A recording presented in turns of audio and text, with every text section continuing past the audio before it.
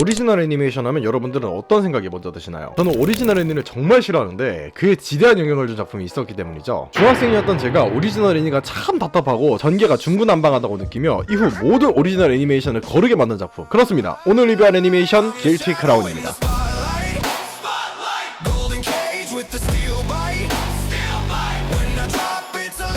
길티 크라운은 커뮤니티 많이 하는 백수 같은 작품입니다. 욕심은 그득그득하고 하고 싶은 것은 많은데 정작 그걸 실현하는 능력은 턱없이 모자란, 안타까움을 넘어서 왜 저러지 싶은 한숨이 나온 작품이죠. 그래서 그런지 이 애니메이션이 남긴 것이라고는 현재 연출로 많이 사용되는 쌓여있는 TV와 가슴에서 칼이 나오는 장면, 에고이스트라는 아티스트의 노래 정도입니다. 이 리뷰는 제 개인적인 해석을 담은 소노물 같은 영상입니다. 다르게 보셔도 좋고 그런 의견은 역시 존중합니다. 지금부터는 애니메이션 길티 크라운의 주요 내용과 결말을 포함해 말씀드립니다. 스포일러에 유의해주세요.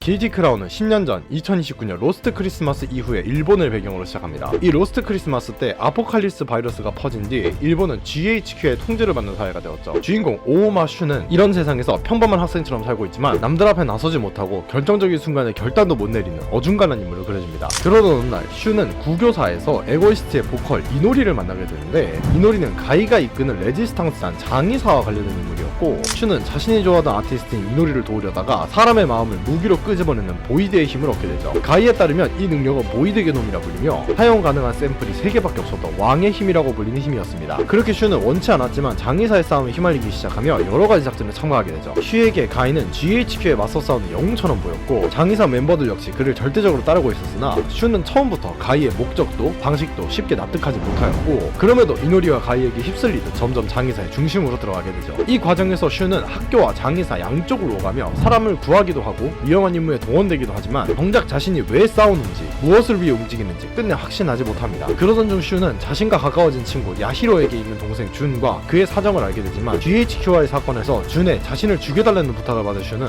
처음으로 사람을 직접 죽이는 경험까지 하게 되죠. 이 일 이후 슈는 장의사의 방식에 공포를 느끼기 시작하고 자신이 이 싸움을 감당할 수 있는 인간인지 흔들리기 시작합니다. 결국 슈는 장의사와 멀어지지만 하레와의 대화를 나누면서 다시 장의사로 돌아가 자신이 옳다고 생각하는 일을 행하기 위해 또 가이와 이노리를 구하기 위해 전장으로 돌아갑니다. 그리고 그 과정에서 이노리와 자신을 둘러싼 더 큰 진실을 닫게 되죠. 알고 보니 로스트 크리스마스의 중심에는 슈의 누나 오우마 마나가 있었습니다. 마나는 아포칼립스 바이러스의 첫 감염자이자 핵심 존재였고, 로스트 크리스마스 때 육체를 잃어버린 마나는 의지로만 남아있는 상태로 보존되어 이노리가 그런 마나를 되살리기 위한 그릇으로서 만들어졌다는 사실이 드러나죠. 여기에 유일한 인물까지 등장하면서 마나를 부활시키려는 세력이 GHQ였고, 가이는 이들이 발생시킨 로스트 크리스마스를 막으려 하였다는 목적이 드러납니다. 그리고 슈는 잃어버렸던 기억을 떠올리며 2029년 로스트 크리스마스가 있던 당일 자신이 마나를 거부한 순간 마나가 로스트 크리스마스를 일으키고 사라졌던 것을 기억해내죠. 이런 마나를 막기 위해 가이는 스스로를 희생해 마나의 의지와 함께 소멸하며 살아남은 이노리와 슈 그리고 친구들을 비추며 길티 크라운은 마무리되려는가 하였으나, 이 사건 끝에 도쿄는 10년 만에 다시 한번 큰 피해를 입고 이들을 포함한 생존자들은 학교에 모여 고립된 생활을 하게 됩니다. 금방 탈출할 수 있을 것이라는 이들의 기대와 달리 GHQ는 도쿄를 봉쇄한 채 감염자들을 정리한다는 명분으로 도쿄에 살아있는 생존자들을 천천히 말살하려고 하죠. 살아남은 학생들은 보이드의 힘을 이용해 이런 GHQ에 대항하려고 하며 자연스럽게 보이드의 핵심인 슈가 그 중심에 서게 됩니다. 처음에 슈는 생존을 위해서라고는 해도 사람의 가치를 보이드의 가치에 따른 등급으로 나누는 것에 반대하였으나, 생존 과정에서 백신은 부족하고 모두가 살아남을 수 없는 상황이 되자 학교 안에는 보이드 랭크제와 아포칼립스 바이러스 백신 사용을 위한 학생들의 가치 판단의 논리가 등장하는 것을 막을 수는 없었고, 이 논리에 반대한 낮은 랭크의 인물들이 문제를 발생시키죠. 그렇게 F랭크로 매겨진 슈의 친구 중 한 명 소우타가 발생시킨 소동으로 인해서 슈와 가장 오래된 소꿉친구이자 슈가 힘들 때마다 힘이 되어 주었던 하레가 보이드의 부작용으로 목숨을 잃게 됩니다. 하레는 F랭크 학생들을 구하다가 죽을 위기에 놓인 슈를 살리기 위해 자신의 보이드를 끝까지 사용했고, 그 결과 보이드가 파괴되며 죽고 만 것이었죠. 이렇게 하레를 잃은 슈는 죄책감과 상실감 속에 무너지기보다 왕이 되겠다는 선언과 함께 학생들을 지배하기 시작합니다. 보이드의 등급에 따라 학생들을 위아래로 나누고 낮은 랭크의 학생들을 희생시키면서까지 학교를 유지하려고 하며, 처음엔 능력이 부족하였으나 선량하던 슈는 이제는 힘에 취한 폭군처럼 변해버리고 맙니다. 이때 도쿄에 갇힌 쿠오인 그룹의 손녀 아리사를 구하러 온 전 장의사 아르고는 이런 슈의 폭정에 반대하였고, 이 과정에서 슈는 야히로가 하레의 죽음에 대한 거짓말을 전해 자신을 왕으로 끌어올린 것을 눈치채죠. 보이드가 파괴되면 사망한다. 야히로가 감추던 이 진실이 아리사를 중심으로 퍼지며 결국 도쿄를 탈출하는 데 성공한 결전의 날 학생들은 슈를 배신합니다. 바로 그 순간 죽은 줄 알았던 가이가 다시 등장하여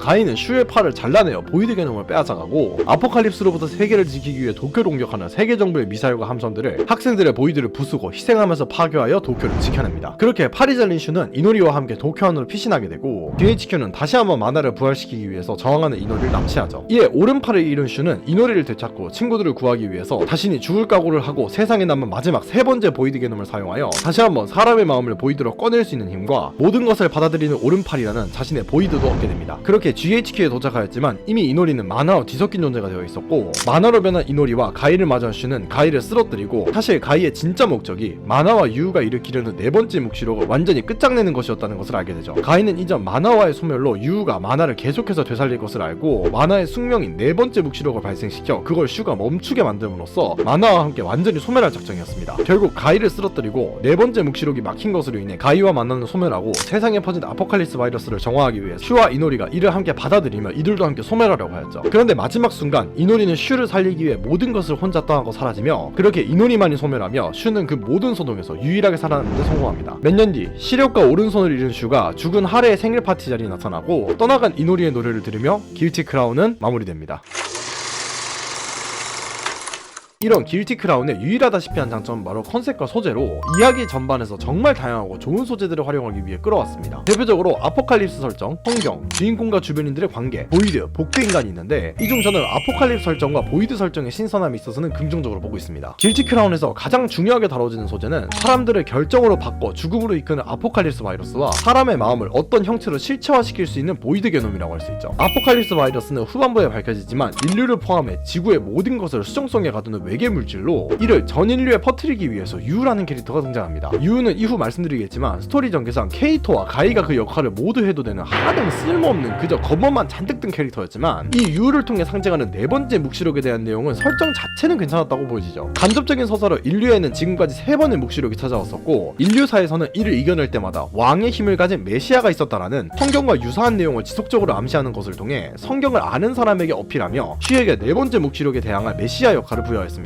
이후 언급될 슈의 서사가 부족한 부분을 이러한 성경을 레퍼런스로 떼우며 가이로 인해 병풍이 될 법한 슈의 주인공으로서의 역할을 어떻게든 유지하였고, 이런 슈의 협력자 이노리를 통해 인류를 구원할 남녀가 인류를 멸망시킬 남녀인 가이와 마나를 쓰러뜨릴 다른 의미의 아담과 이브가 되었다는 그럴듯한 무언가라도 연출하는 데 성공하였죠. 이런 아포칼립스 바이러스를 끝까지 맥거핀으로 남긴 것은 그나마 나은 선택으로 보이는데, 만약 유우를 통해 왜 지구를 수정으로 만들려고 했는지, 이가 어떻게 마음을 형태로 바꾸는 보이드라는 기술과 연관이 있는지 이를 주구장창 설명했다면 바이러스에 대한 의문은 풀렸을지 몰라도 앞에서 말한 성경에 대한 레퍼런스와 충돌이 되는 느낌이 있기에 차라리 이런 맥거핀으로 설정한 것은 이후 말씀드린 서사적인 구멍을 고려하면 최소한 메인 서사는 지키고자 한 괜찮은 시도였다고 느껴집니다. 그리고 이 아포칼립스 바이러스를 발견한 슈의 아버지 오우마 크루스가 연구한 것이 보이드 게놈으로 사람의 마음을 실체화할 수 있는 기술로 등장합니다. 이 두 가지 설정이 작품 전체의 뼈대로 활용되면서 서사를 만들었고, 설정 자체도 굉장히 신박한 편이었기에 이를 어떻게 살리느냐가 문제였죠. 스토리에 있어서도 어느 정도 이를 살리려고 하였던 것이 보이드가 사람의 마음을 실체화하기에 그 사람이 어떤 사람인지 나타내는 물건이 되는데, 슈는 초반 주변 인물들과 겉으로만 어울리고 솔직해질 수 없는 부분이 있다고 말하고, 남을 이해할 수도 없고 이해하기도 싫은 자신이 이상하다고 이야기하곤 했습니다. 이런 슈가 주변 친구들의 보이드를 보면서 그들의 마음의 형태를 보고 잠깐이나마 이들의 속마음을 알고 이에 솔직한 자신을 드러내며 야히로 소오타와 가까워지는 부분은 보이드라는 소재의 강화뿐만이 아닌 슈의 캐릭터성을 강화하는 좋은 계기로 작용한 부분이기도 하죠. 이런 보이드의 디자인 역시 캐릭터의 디자인에 따라 달라지는데, 슈에게 있어서 휴식처이자 남을 케어하는 데 특화된 하레의 붕대, 걷지 못함에도 누구보다 자유롭게 하늘을 날 수 있는 아야세의 의족, 자신의 죄로 인해 오른손을 잃었고 그 죄를 속죄함으로써 다시 얻은 슈의 오른손, 남의 보이드를 강제로 이끌어낼 수 있는 가이의 총과 같이 다양한 의미를 부여해 이야기에서 메인으로 등장하는 인물의 결손과 캐릭터성을 강조하는 것이 가능했습니다. 이 외에도 소재를 다양하게 썼다라는 데에서는 칭찬이 넘칠 정도로 많은 모습을 보이는데, 실제 아티스트의 곡 디팔처, 당신을 향한 사랑의 노래를 작품 내에 녹여낸 점, 2부에 들어서 진행하는 소수의 희생을 강요하는 공리주의에 대한 철학적인 접근, 마나가 이노리에게 끼치는 영향과 마지막 이노리의 의지를 포함한 복제인간에 대한 주제, 트라우마를 잊기 위해서 가족과 과거의 기억을 스스로 지워버린 해리성 기억장애, 누군가의 희생을 기반으로 부정적인 쪽으로 타락하고 마는 주인공과 같이 여러가지 소재들이나 활용하고 싶은 이야기의 폭을 본다면 감독이 아는 것이 많고 하고 싶은 것이 많다는 점이 정말 잘 느껴집니다. 문제는 이런 소재의 다양성은 뛰어날지 몰라도 그 깊이나 활용도 측면에서는 이 작품이 최악을 달린다는 부분이겠죠.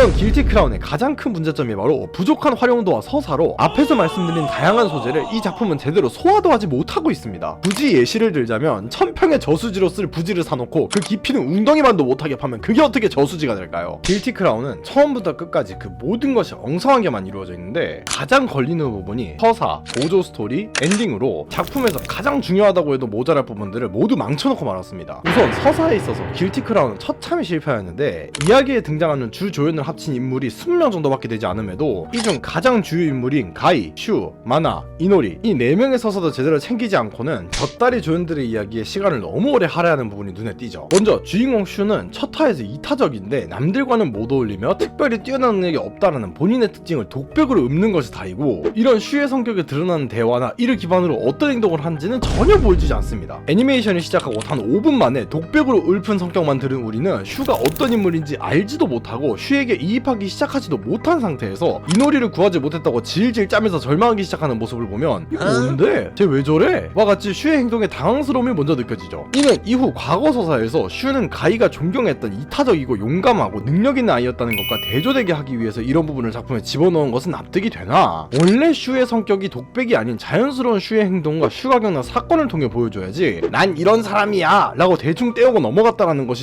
도저히 납득이 안 됩니다. 또한 이런 슈는 과거의 기억을 잃어버리고 있었는데 차라리 과거 자신의 누나가 로스트 크리스마스를 일으키는 동시에 사망한 것을 기억하고 이가 자신이 누나를 위해서 누나를 거절한 용기 있는 행동 때문이었다 라는 것이 명확했다면 슈가 어릴 때부터 갖추고 있었던 이타적인 마음은 남아있으나 친구들과 사회관계가 어렵고 소심한 성격이라는 것이 납득이 갔을 것인데, 기억은 잃어버렸다면서 왜 성격이 정반대가 되었는지 설득력 있게 전달하지 못했죠. 이런 슈의 성격을 설득력 있게 전달하기 위해서는 최대한 일상적인 부분에서 슈의 감정과 캐릭터성을 만들고 이야기를 진행하든가 다양한 사건에서 슈의 성격이 드러나는 부분을 더 많이 비췄어야 하나, 이후 말씀드린 쓸데없는 보조 이야기들을 넣는다고 이런 슈의 모습은 볼 수 없었죠. 이런 슈는 보이드 게놈을 우연히 손에 넣으며 이타적으로 살아갈 능력을 얻었고 이후 하레가 죽으며 이기적인 모습으로 변모하고 마는데, 여기서도 문제가 있는 것이 슈가 이런 이기적으로 또 현실적으로 변모하는 주요한 이유는 야히로가 하레가 죽은 이유를 GHQ의 새로운 무기가 하레를 죽였다 라고 거짓으로 전달하면서 보이드 랭크제의 필요성을 강조했기 때문인데, 이가 거짓으로 밝혀진 타이밍에 누구보다 야히로를 쳐내며 보이드를 꺼내는 걸 중지하고 이타적인 모습으로 돌아왔어야 할 슈가 굳이 학생들에게 배신당한 이후 이타적으로 돌아오며 그 서사마저 망가져버렸다는 것입니다. 이로 인해 이후 오른손을 잃었음에도 이노리를 구하러 또 세상을 구하러 향하고 그 과정에서 죽음을 각오하고 남들의 보이드를 받아들이는 모습을 아무리 보여줘도 왜 보이드가 깨지면 죽는 걸 알았을 때 폭정을 멈추지 않았는가에 대한 의문이 남아 슈의 서사가 완전히 망가지는 결과만이 남았죠. 슈에 이어서 이야기에서 두 번째로 중요한 인물인 가이도 이상한 것이 아포칼립스 병 관련 실험시설에서 케이도에게 입양되고 병 관련 실험을 당했다는 설정이 이야기에 있어서 아무런 영향이 없기에 쓸데없는 것을 제쳐두더라도 로스트 크리스마스가 일어난 직접적인 원인이 슈가 만화를 거절해서였기 때문에 슈에 대한 원망이 있거나 슈가 자신을 못 알아봤을 때 의아하다는 서사가 있어야 했습니다. 뿐만 아니라 과거 만화가 폭주하고 사망한 이후 왜 살아남은 슈를 남겨두고 보크 아츠요 그나라나이 디게나인다 다요나라 라고 말하고 떠나선 장의사를 만들었고, 이런 장의사의 목적이 GHQ로부터 선량한 시민을 지키는 것이 아니라 아포칼립스 바이러스의 완전 소멸이기를 바랬던 것이라면 어째서 슈에게 이런 부분을 제대로 설명하지 않고 나중에 스스로 떠올리도록 만드는 것일까요? 뿐만 아니라 장의사의 표면적인 목적도 부하들이 가이를 따르는 이유도 슈에게 만화에 대한 진실을 숨기는 이유도 하나도 제대로 설명을 하지 않은 데에 더해 과거부터 다시 슈를 만날 때까지의 서사도 완전히 구멍투성이라 서사가 어그러지죠. 이런 서사를 제대로 챙기지 않아서 저는 1부가 끝날 때까지는 가이가 그저 만화를 만나려고 장의사를 만들어서 사람들을 구하는 척하는 미친 남자 얀데르로 보여서 저딴 캐릭터가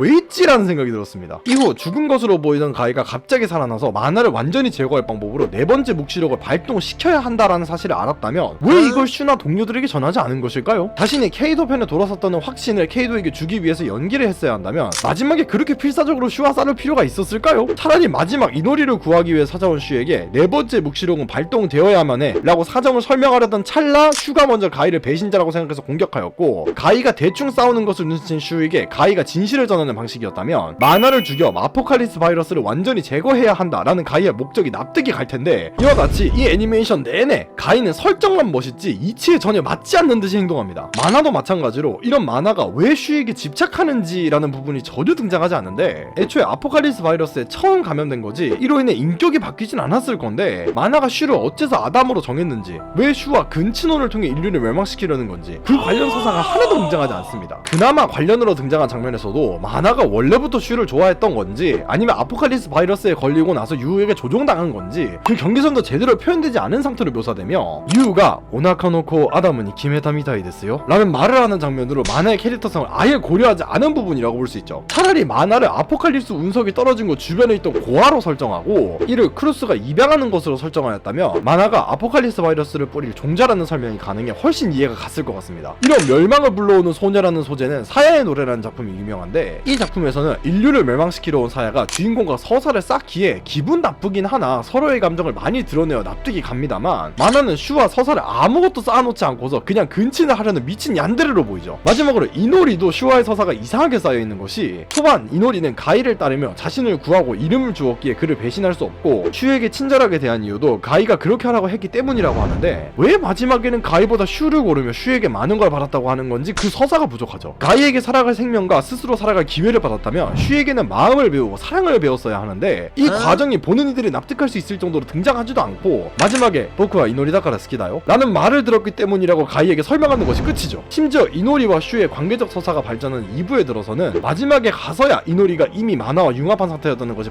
밝혀지는데 그렇다면 슈를 좋아했던 게 그냥 만화가 슈를 좋아한 걸 자기가 좋아한 걸로 착각한 거 아니냐 라는 추측도 얼마든지 가능하기에 계속해서 강조하는 아타시와 슈노 미카타다카라 라는 말도 어색하게 느껴지고 두 사람의 서사와 사랑에 대한 부분이 훨씬 잘 표현되었어야 한다고 느껴집니다. 이런 이상한 메인 주인공들의 서사와 이를 통해 탄생한 어중간한 캐릭터성은 이야기 전체의 몰입감을 낮추는 주요 원인으로 작용했는데 문제는 이런 메인 서사도 못 챙긴 주제에 너무 다양한 보조 이야기를 넣었다는 것이죠. 가장 대표적으로 꼽을 수 있는 쓸데없는 보조 이야기가 소우타와 아리사로 앞에서 성격에 대한 레퍼런스를 하려고 했다는 이야기를 했었는데 이런 레퍼런스도 어중간하게 보조적인 이야기를 진행하면서 메인 스토리를 방해합니다. 대표적인 인물이 소우타로 성격의 베드로와 같이 주변 인물들에 떠밀려 슈를 배신하고 이후 관계가 개선되고 나서는 이를 반성하는 인물로 나오는데 베드로가 단순히 자신의 목숨을 위해 예수를 간접적으로 배신한 것과 비교하면 소우타는 이야기에서 슈를 타락하게 만든 가장 직접적인 갱인 하레를 죽도록 하였고 이에 대한 책임의식을 따지자면 어떻든 간에 슈의 편을 들어야지 괘씸한 인물로 비출 텐데 굳이 이런 애매한 서사를 집어넣어서 슈의 이야기를 할 시간을 빼앗아 가죠. 아리사 또한 이때 슈를 배신하는 인물로 등장하는데 성경의 유다와 같이 학생회장의 자리를 빼앗기자 이에 앙심을 품어 슈를 폐위시키려고 하고 가이에게 충성을 맹세하는 듯한 모습을 많이 비춥니다. 이런 아리사의 서사도 의미가 전혀 없는 것이 애초에 가이와 아리사의 서사 또한 너무 부족해서 아리사가 가이를 좋아할 만한 배경은 그저 선상 파티에서 마주한 가이의 잘생긴 얼굴 하나인데 이러면 초반은 굉장히 상식인에 뛰어난 사람으로 등장하였다는 캐릭터성과 어긋나며 굳이 자신의 할아버지인 쿠오인 회장을 죽이는 행보까지 전혀 이야기에 도움이 안 되는 쓸데없는 성경 레퍼런스 보조 이야기를 하는 인물로 소우타랑 동일하게 이런 이야기를 제거하고 메인 인물 4명의 서사를 더했어야 했죠. 뿐만 아니라 트구미와 다릴의 서사를 굳이 비추는 부분도 쓸데없는 것이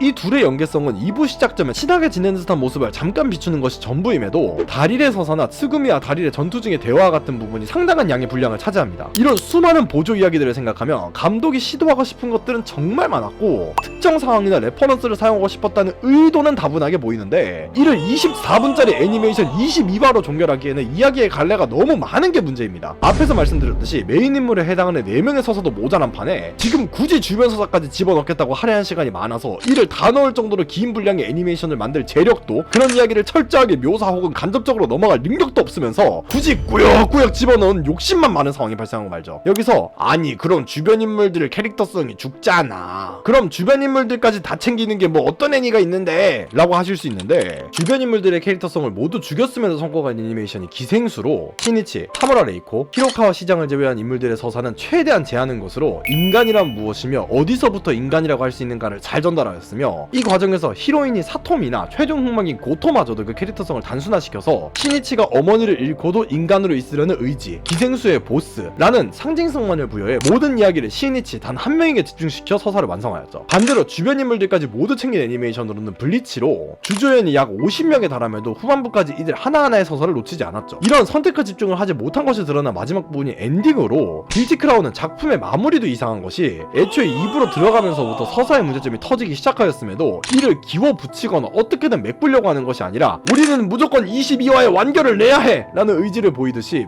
모든 복선을 집어 던지고 막장 전개로 달리기 시작합니다. 원리는 모르겠으나 가이가 살아났고 이렇게 살아난 가이는 모토모토 오와 와다시다った라는 대사와 함께 슈의 힘을 앗아가는데 여기서 슈가 오른팔이 잘리고도 의식을 유지했다거나 지혈을 어떻게 하고 수혈을 어떻게 했는지 같은 짜잘한 건 놔둔다 쳐도 저 대사 모토모토 오와 와다시다った라는 대사는 대체 왜 넣은 대사입니까? 앞에서도 말씀드렸지만 가이는 GHQ를 속이기 위해 아군인 장의사를 속이고 완전히 케이도의 명령에 따르는 듯한 모습을 비춰야 하는 상황이고, 여기서 슈에게 마나오 간제니 쇼메사세를 타메다 라는 말을 속삭이고 슈가 어리둥절해하는 순간 오른팔을 잘라버린다고 한다면 최소한 가이의 서사는 지켜졌죠. 갑자기 이때부터 가이 vs 슈로 구도가 변경되면서 작품은 거의 바로 최종장을 맞이하는데, 그렇다면 슈와 대치시켜야 할 사람이 다름 아닌 가이임에도 왜인지 모르게 유와 슈가 먼저 전투를 시작합니다. 가이가 페이크 최종 보스라는 포지션이라면 이후 유가 등장하는 게 순서상 옳고, 만약에 유는 어디까지나 아포칼리스 바이러스를 퍼뜨리려는 의지라는 설정을 유지하면 슈를 막아서는 것이 아니라 만화를 되살리고 어떻게든 네 번째 묵시려고 발동시키려고 하고, 이를 가이와 슈가 함께 막아서는 구도로 그리는 것이 옳다고 보이죠. 이 모든 막장 전개를 통한 엔딩으로 여러분은 어떤 게 떠오르시나요? 저는 이때 가이랑 마나가 결국 소멸하고 이노리로부터 마나를 완전히 분리해서 슈랑 이노리가 맺어지면서 끝이 나겠구나 라고 생각했습니다. 만약에 배드엔딩이더라도 이노리와 슈 둘 다 바이러스로 인해 죽고 인류를 구원한다 정도의 메인 서사를 담당한 4명이 모두 사망하지만 세상에 평화가 찾아온다는 엔딩을 생각했죠. 그런데 여러분들도 아시다시피 길티 크라운의 엔딩은 마지막에 이노리를 구하라는 가이의 말과는 달리 이노리만 죽고 몇 년 뒤 슈는 장님의 오른팔 의수를 단 채 등장하는 것입니다. 왜? 대체 왜? 위에 두 상황이 아니라도 차라리 이노리를 살리고 슈가 죽었다면 이상하다는 소린 들었겠지만 이노리를 구원하는 데 성공했고, 모든 것을 받아들인다 라는 슈의 캐릭터성과도 일치하며 메시아라는 것을 표현하고 싶었던 보조 이야기 서사도 완성되는데 왜 감독은 이 중에 가장 최악의 수인 이노리를 죽이고 슈를 살리는 선택을 한 걸까요? 심지어 오른손이 의수인 것은 가이에게 오른손을 잃었고, 보이드가 아포칼리스 바이러스에서 나온 힘이기에 오른팔이 바이러스와 함께 소멸했다면 납득이 가는데,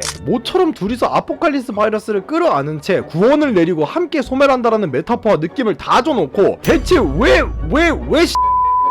슈를 장애를 가진 채 살게 한다는 엔딩을 했는지 저는 정말 진짜 이게 이해가 안 갔습니다. 만약에 이노리가 만화의 복제인간이고 만화가 깃든 몸이라서 살아갈 수 없다고 한다면 이를 슈에게 말하고 이별하는 과정이 두 사람에게 필요한데, 그렇다면 마지막에 이노리가 슈를 떠나는 장면에서 아타시 시아와세다tta요 슈가 아타시오 마나자나크 이노리 토시대 아이시테 그랬대 아타시 토시대 시나세테 그랬대 아이가 나니까 오시에테 그랬대 아타시니 코코로 그랬대 아타시가 슈を愛してる心は絶対にマナの心が流れ込んだからじゃない私はいつまでの슈の味方だからこれからも君の味方で君の中で生きていくから愛してるよ이런 대사를 집어넣어서 이노리가 죽으면서도 구원한다는 느낌을 내는 게 그렇게 어려웠을까요? 앞에서 유오와의 전투씬을 제거하거나 미리미리 이런 복선을 깔아두었다면 엔딩도 호불호는 갈릴 수 있으나 서사적으로 납득이 가는 방식이 될 수도 있었는데, 지금까지 쌓아놓은 엉망인 서사, 쓸데없이 많이 들어간 보조적인 이야기에 곁들여져 진짜 아무것도 남지 않았는데 뭔가 있는 듯이 포장하는 이 엔딩까지 정말 해도 끝이 없을 정도로 길티 크라운은 저에게 엉망인 작품이었습니다. 진짜 어디 히로도라 만드는 사람이 각본을 쪽대본으로 썼나 의심이 들 정도로 작품의 서사에서는 남는 것이라고는 없는 엉망의 최악을 날렸죠.